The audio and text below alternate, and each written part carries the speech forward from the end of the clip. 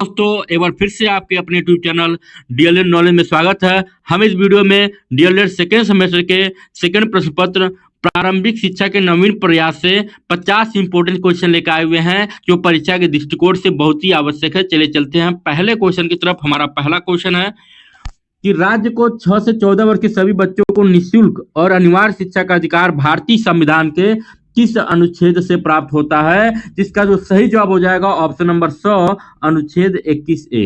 ठीक है, आगे बढ़ते हैं। अगला जो हमारा प्रश्न है कि प्राथमिक स्तर पर मातृभाषा में शिक्षा उपलब्ध कराने का दायित्व राज्य का है, किस अनुच्छेद में उल्लेख है, तो ये अनुच्छेद 350A में उल्लेख है, इसलिए ऑप्शन नंबर 100 सही हो जाएगा। आगे बढ़ते हैं कि 1882 के पहले शिक्षा आयोग की अध्यक्षता किसने की थी, जिसका जो सही जवाब हो जाएगा ऑप्शन नंबर 100 कोठारी ने किया था, कोठारी आयोग ने किया था। आगे बढ़ते हैं।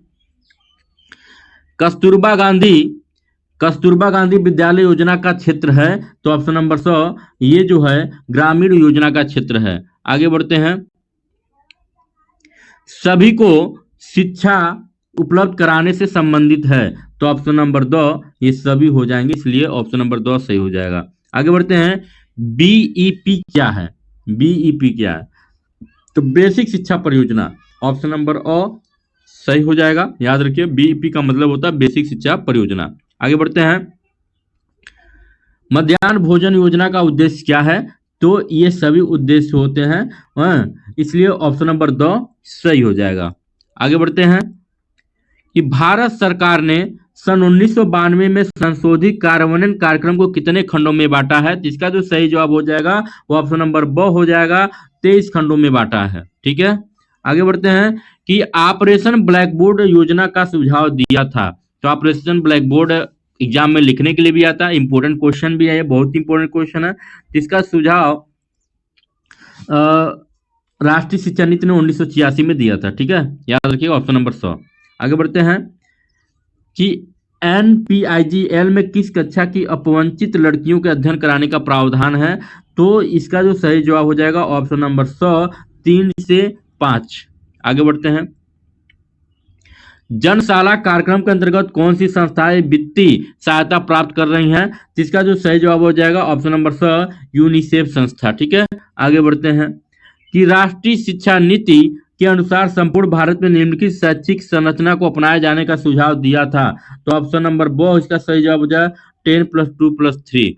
ठीक है, आगे बढ़ते हैं कि राष्ट्रीय शिक्षा नीति 1986 के अंतर्गत प्रारंभिक शिक्षा को अनिवार्य एवं निःशुल्क बनाने हेतु कौन सी योजना लागू हुई, तो ऑप्शन नंबर 2 हो जाएगा ऑपरेशन ब्लैक बोर्ड योजना लागू हुई। आगे बढ़ते हैं। स्कूल चलो अभियान किसका अंग है, तो ये जो है ये सर्व शिक्षा अभियान का अंग है, ऑप्शन नंबर 2 सही हो जाएगा। आगे बढ़ते हैं। ऑपरेशन ब्लैक बोर्ड का उद्देश्य क्या होता है, बहुत ही इंपॉर्टेंट क्वेश्चन है, तो प्राथमिक स्कूलों में पाठ्य सामग्री, शिक्षक उपकरण जैसी न्यूनतम आवश्यक सुविधाएं प्रदान करना, यह ऑपरेशन ब्लैक बोर्ड का उद्देश्य होता है, इसलिए ऑप्शन नंबर और सही हो जाएगा। आगे बढ़ते हैं कि कस्तूरबा गांधी विद्यालय योजना का संबंध किससे है, तो ये जो है प्राथमिक बालिका शिक्षा से है, तो ऑप्शन नंबर 2 हो जाएगा इसका सही जवाब। आगे बढ़ते हैं कि प्रोफेसर यशपाल समिति का गठन भारत सरकार द्वारा किया गया, तो ऑप्शन नंबर अ मार्च 1992 में किया गया था। आगे बढ़ते हैं कि बहुत से व्यक्तियों की अपेक्षा थोड़े से व्यक्तियों को बहुत सा ज्ञान देना अच्छा है, यह कथन किसका है, तो ऑप्शन नंबर अ लॉर्ड मैकाले ने यह कथन कहा था। ठीक है, आगे बढ़ते हैं कि संपूर्ण साक्षरता अभियान का प्रेरक वाक्य क्या है, तो ऑप्शन नंबर अ इसका सही जवाब हो जाएगा 1 पढ़ाएं 1। आगे बढ़ाएं कि जिला शिक्षा एवं प्रशिक्षण संस्थान, जिसको हम डाइट कहते हैं, की स्थापना कब हुई थी, तो डाइट की स्थापना सन 1986 की शिक्षा नीति द्वारा हुई थी, तो ऑप्शन नंबर और सही हो जाएगा। आगे बढ़ते हैं। मिड डे मील, जिसको हम मध्याह्न भोजन योजना कब से प्रारंभ हुई, तो ये योजना हमारा 15 अगस्त सन 1995 से प्रारंभ हुई थी। आगे बढ़ते हैं कि राष्ट्रीय अध्यापक शिक्षा परिषद का मुख्यालय कहाँ है, जिसका जो सही जवाब हो जाएगा ऑप्शन नंबर 100 नई दिल्ली में। आगे बढ़ते हैं कि भारतीय संविधान के किस अनुच्छेद द्वारा प्रारंभिक शिक्षा को मौलिक अधिकार घोषित किया गया, तो ऑप्शन नंबर 100 अनुच्छेद 21 क के द्वारा। आगे बढ़ते हैं कि राष्ट्रीय पाठचर्या का रूपरेखा 2005 के अनुसार क्या हुआ था? तो उपयुक्त सभी हो जाएगा इसका सही जवाब। आगे बढ़ते हैं कि सर्व शिक्षा अभियान के वित्तीय सहयोग देता है, कौन देता है? तो यहाँ पे केंद्र और राज्य सरकार दोनों देता है, तो इसलिए ऑप्शन नंबर ब इसका सही जवाब हो जाएगा। आगे बढ़ते हैं कि देश में संविधान लागू किया गया, तो कब लागू किया? तो बहुत ही आसान क्वेश्चन, अच्छा क्वेश्चन, इंपॉर्टेंट क्वेश्चन जो भी कहला है। इसका जो सही जवाब हो जाएगा ऑप्शन नंबर ब 26 जनवरी सन 1950। आगे बढ़ते हैं कि शिक्षा को मौलिक अधिकार के रूप में स्वीकार किया गया, तो ऑप्शन नंबर ब 1 अप्रैल 2010 को स्वीकार किया गया था शिक्षा के मौलिक अधिकार को। आगे बढ़ते हैं कि शिक्षा को किसी निश्चित स्तर तक सभी लोगों को अनिवार्य निःशुल्क रूप से उपलब्ध कराना क्या कहलाता है? तो ऑप्शन नंबर 100 सार्वभौमिकरण कहलाता है। आगे बढ़ते हैं कि बेसिक शिक्षा अधिनियम 1972 का उद्देश्य क्या था? तो ऑप्शन नंबर 2 शैक्षिक कार्यक्रमों का प्रभावी क्रियान्वयन था। आगे बढ़ते हैं प्राथमिक विद्यालयों में न्यूनतम आवश्यक सुविधाएं सुलभ कराने की योजना क्या थी? तो ऑप्शन नंबर ब ऑपरेशन ब्लैक बोर्ड योजना। आगे बढ़ते हैं स्वतंत्रता के समय देश में कितने प्रतिशत जनसंख्या साक्षर थी? तो ऑप्शन नंबर 100 14% साक्षर थी। आगे बढ़ते हैं कि विद्यालय स्तर पर शिशुओं की मांसपेशियों का विकास होता है, तो ऑप्शन नंबर 100 सृजनात्मक क्रियाकलापों से। आगे बढ़ते हैं कि सर्व शिक्षा अभियान किस आयु वर्ग के बच्चों को शैक्षिक व्यवस्था से संबंधित है? तो ऑप्शन नंबर 2 6 से 14 आयु से वर्ग के बच्चों के लिए।